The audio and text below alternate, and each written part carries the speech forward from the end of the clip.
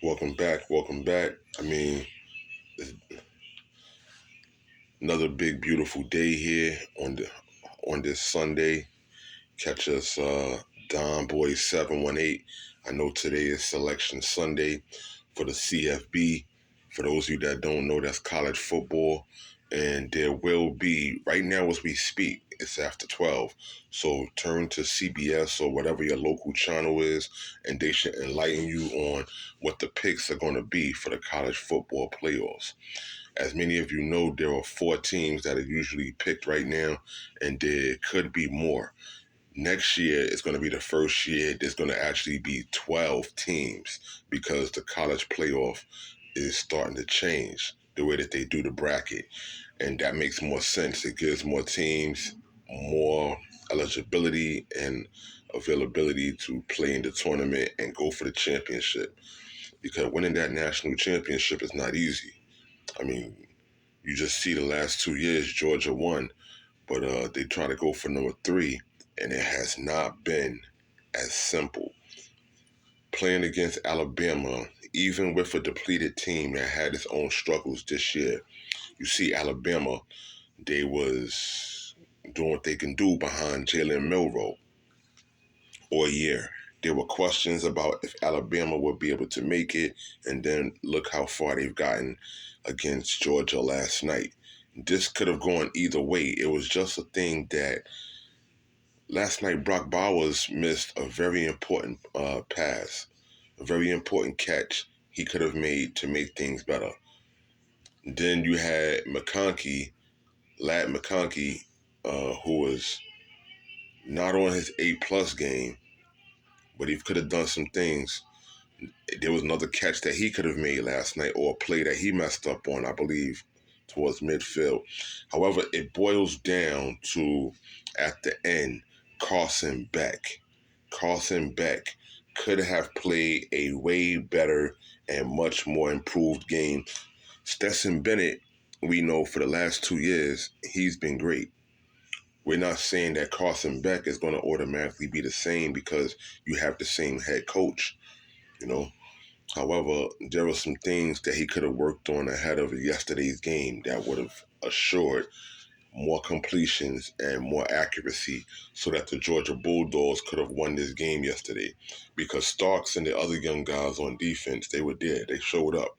The defense was mostly controlling the game for the first half. There wasn't much scoring going on until the second half. This is where things took off, and it didn't become the most prettiest or the best thing for Georgia. As you know, we lost 24-7. 24-27. Lost by three, a field goal. Time ran out, and Alabama, they basically decided to run the ball out. There were multiple chances in the fourth quarter, but it didn't happen. Georgia is still a great team, and I believe that they would still have a good chance if the selection committee select properly. Georgia, taking their first loss, should at least get the number 4 spot.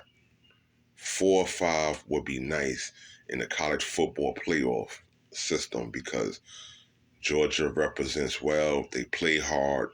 They just took one loss to Alabama last night, and they was on a 29-game streak, 29-0. So that says a whole lot. College football is not easy to play and to comprehend. However, when these guys are out there on the field giving it their all and competing, it can be quite a bit. It can be a lot. And it makes it very exciting because these guys are very dedicated to what they do. Now, Michigan handled their business last night against the Iowa Hawkeyes. The Iowa Hawkeyes was not going to be competition as expected for Michigan. Michigan, I believe they shut them out 26-0. That was a no-brainer. Blake Corum, as I've been telling you guys before, this guy is NFL ready. He's going to go on and get drafted and do some things. Blake Corum had another 2 touchdowns last night, and this guy is proven to be a very good fullback, running back. He's doing what he does. Okay, J.J. McCarthy, You guys have come up yesterday.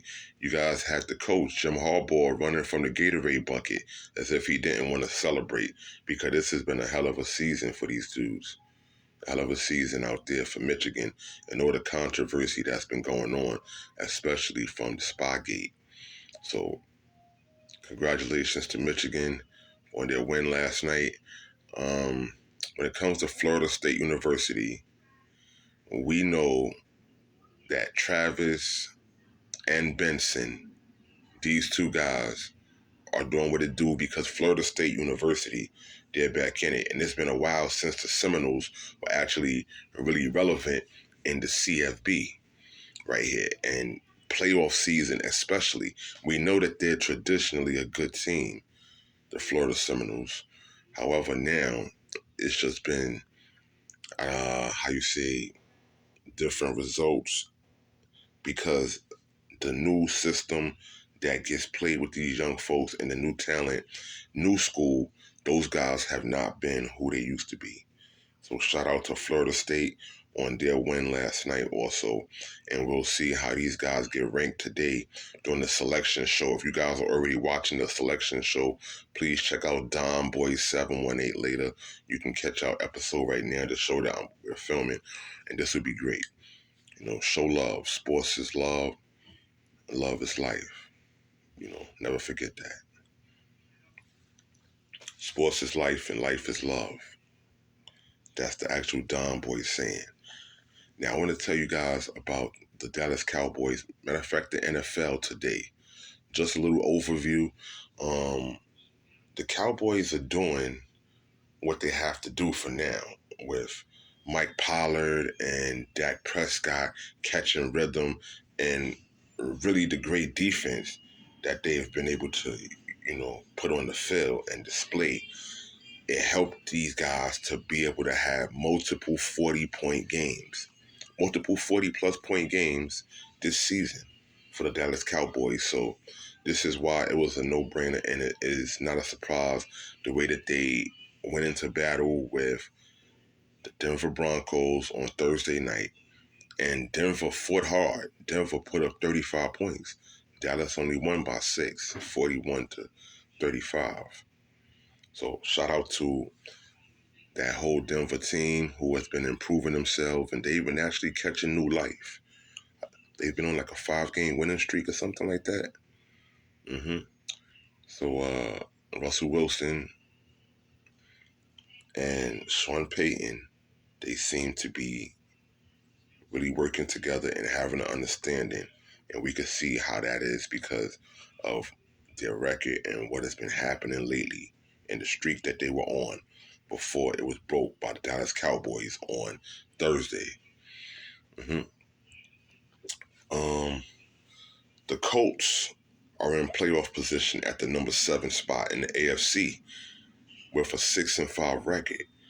But clearly they have more to lose, with Tennessee being their opponent today and Tennessee having nothing to lose. And Tennessee is sitting at 4-7, not in the playoff picture at all. And these guys have Derrick Henry and this rookie named Tajay Spears, who be busy trying to take advantage of a weak Indianapolis Colts run defense. So if these guys have a real good game on the ground, Tennessee could very well be a problem today for the Indianapolis Colts. But we're going to see what happens with that because Jonathan Taylor is there. He's active. He's missed the first few weeks of the season because these teams in the NFL did not want to pay their running backs. Being that they had a problem with paying their running backs for the season, some of them they had players sitting out, players delayed, and being available, all type of situations because of the mighty dollar bill. And this is a business, so at the end of the day, this sports business, it takes its hits. Mm-hmm.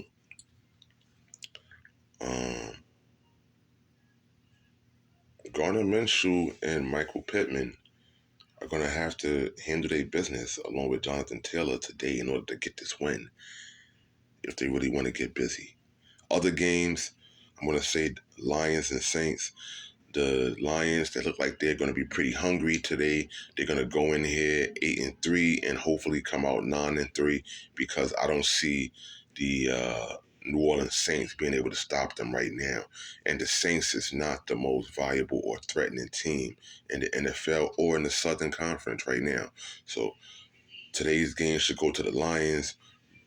Broncos versus Texans. Hold on. I think that the Texans will be able to handle their business today because Bryce Young, I mean, no, not Bryce Young, excuse me, CJ Stroud. CJ Stroud is having an amazing season for a rookie.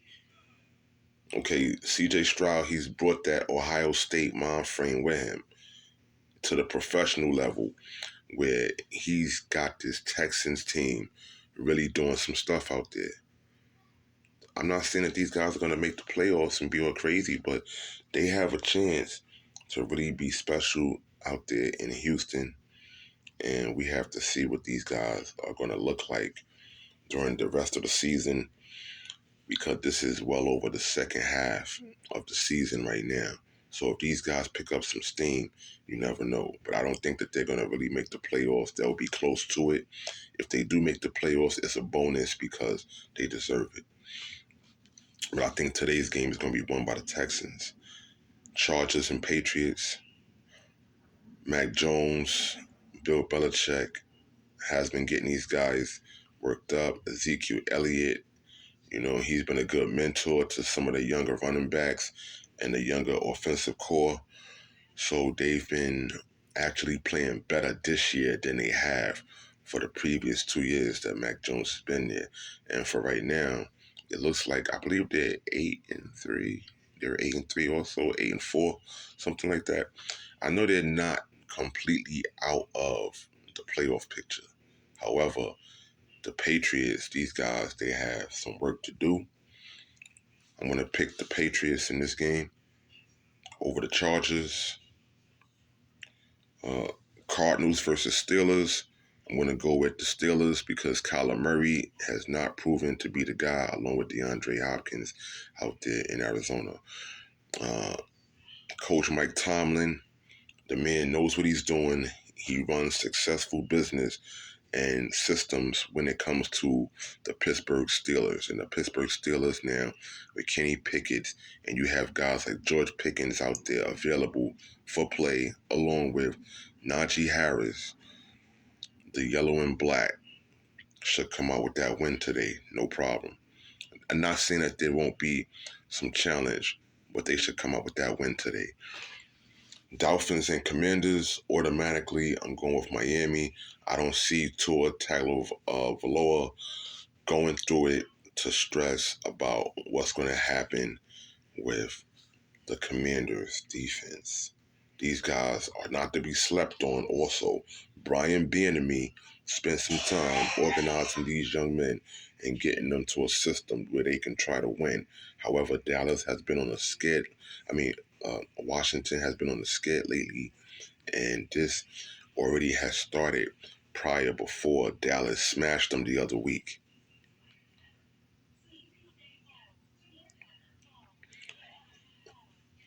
That's our show for today.